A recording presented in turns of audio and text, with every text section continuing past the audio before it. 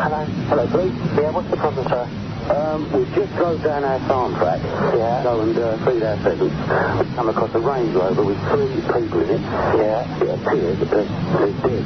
I don't know what's happening. Blood in the motor all over them.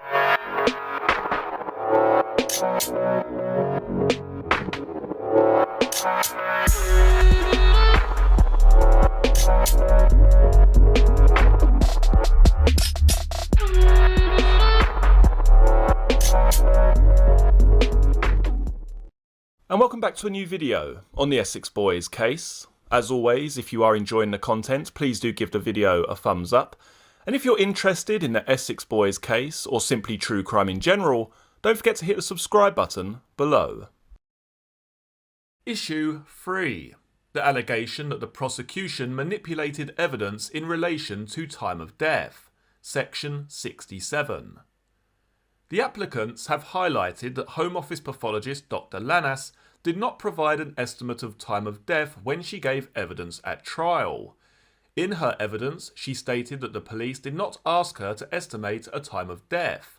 But the applicants point out that Police Action A3680 suggests that she was asked to give an estimate by the Deputy SIO, Detective Inspector George Florence. The applicants add that, since the time of their trial, Dr. Lanas has faced disciplinary action in connection with other cases. It is submitted that Dr. Lanas was incompetent. The Commission notes that a similar submission was made in the course of Mr. Steele's first application to the Commission, application received on the 2nd of February 1999. At paragraphs 107 and 108 of the Commission's Statement of Reasons for that review, dated the 15th of December 2004, the Commission reached the following conclusion on the issue.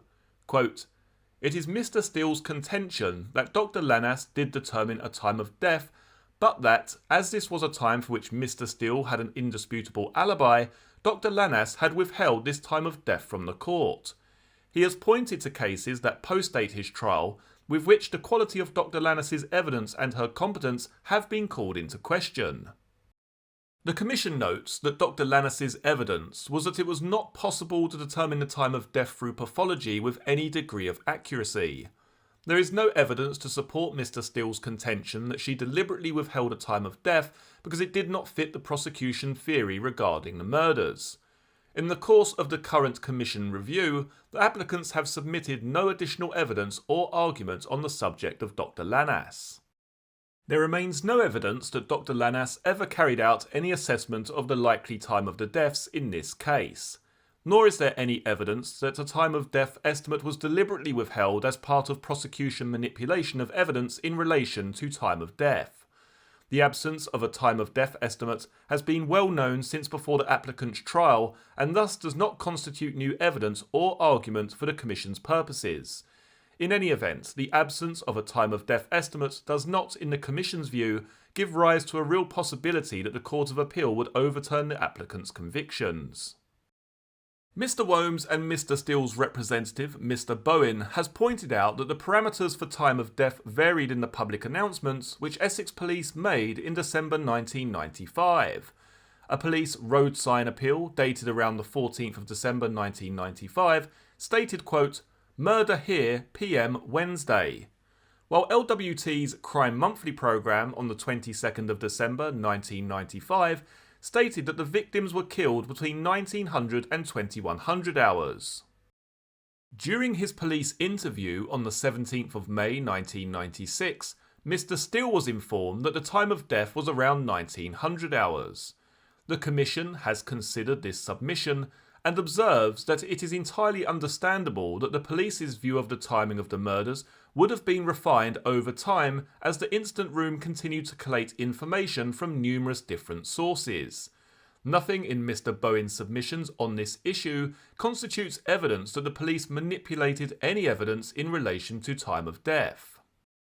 Mr. Bowen also pointed out that Detective Superintendent David Bright, in his statement for the Commission's Section 19 investigation, dated the 20th of May 2004, described being informed of the discovery of the victims' bodies at 6:30 a.m. on the 7th of December 1995, some 90 minutes before the bodies were discovered by Messrs. Jiggins and Theobald. Mr. Bowen submits that this indicates that the police were aware of the deaths before the discovery of the bodies by Mr. Jiggins and Mr. Theobald, and this shows that contrary to what the defence have been informed, the victims were under surveillance on the day of the murders. The Commission has contacted former Detective Superintendent Bright and asked him to comment on the reference to 6:30 am, which appears in his 2004 statement. He responded to the Commission on the 21st of January 2008, explaining that his comment that the call was at 6:30 am was an approximation. He could not recall who telephoned him, nor could he offer any further explanation for the time discrepancy. In the course of its review of this case, the Commission has discovered no evidence that any police officer was aware of the murders before the discovery of the bodies by Mr. Jiggins and Mr. Theobald, nor has the Commission discovered any evidence that the victims were under surveillance on the 6th of December. Essex police have confirmed that surveillance of the victims did not take place on the 6th of December. The Commission also notes Mr. Bowen's observation that the surveillance logs for the operation in question make no reference to any surveillance on the 6th of December 1995. The Commission has found no evidence that the police or the prosecution manipulated any evidence in relation to time of death. Consequently, this submission by the applicants does not give rise to a real possibility that their convictions will be overturned by the Court of Appeal. Issue 4. The allegation that the scene of the crime was staged. The applicant submits that the scene of the crime contained fabricated evidence. They highlight the position of spent cartridge shells, the fact that the 8th shell was never found, and the passive nature of the scene. In support of his arguments on this issue, Mr. Steele relies upon his own previous submissions to the Commission and the expert reports of forensic pathologist Dr. Carey and forensic scientist Dr. Renshaw. Mr. Steele submits that it is, quote, not physically possible for the shell case E to land in the glove box through the ejection mechanism of any firearm and can only be the result of being physically placed in position post the murders. The Commission notes that firearms expert Dr. Renshaw appears not to agree with this submission. See page 11 of his report. In any event, the Commission observes that this issue was explored with forensic scientist Mr. Burns at trial and is therefore not new for the Commission's purposes. Mr. Steele also highlights, quote, the anomaly of the spent shell case D, allegedly found in the rear offside footwell of the vehicle that is absent from all photographs taken of the footwell. The Commission observes that this is another point which was explored at trial and so is not new for the Commission's purposes. It was raised with police photographer D.C. King and also D.I. Hughes and D.C. Bettis. In reviewing the applicant's submissions regarding the crime scene, the Commission has considered the expert report by forensic pathologist Dr. Carey, dated the 2nd of August 1997. Dr. Carey's report highlights that the crime scene only contained evidence of 7 shots, all from the same weapon, which is potentially at odds with Mr. Nichols' account that Mr. Steele described 6 shots having been fired from one gun and at least 2 more shots having been fired from another gun. The Commission notes that this argument is supported by firearms expert Dr. Renshaw at page 14 of his report. However, this is another point which was explored at trial and so is not new for the Commission's purposes. The Crown's forensic scientist, Mr. Burns, was of the opinion that all 7 cartridge shells came from the same weapon. In addition, Darren Nichols was cross-examined about his recollection of what he was told about the number of shots which were fired. In any event, the Commission notes that Mr. Nichols was giving an account of what he claimed to have been told by Mr. Steele. Any alleged discrepancies between the scene of the crime and Mr. Nichols' account must be assessed in that context.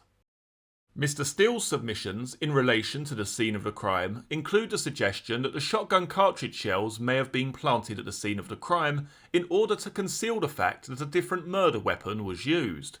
Perhaps the firearm which Darren Nichols admitted to purchasing, but which Mr. Steele was acquitted of possessing.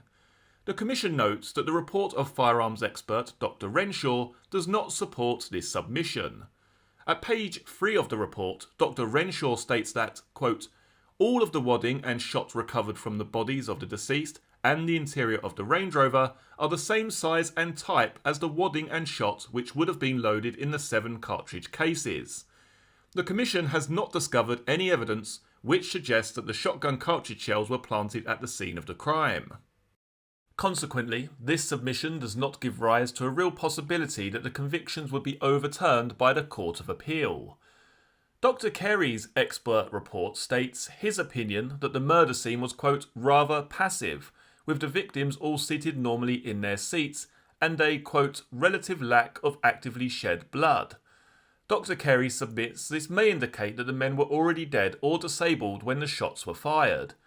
The Commission observes that the passive appearance of the scene was an issue which was put to the police officers at trial, and so it does not constitute new evidence or argument for the Commission's purposes. In any event, in the course of the Commission's review, no evidence has been discovered which could support Dr. Carey's theory that the scene of the crime may have been staged.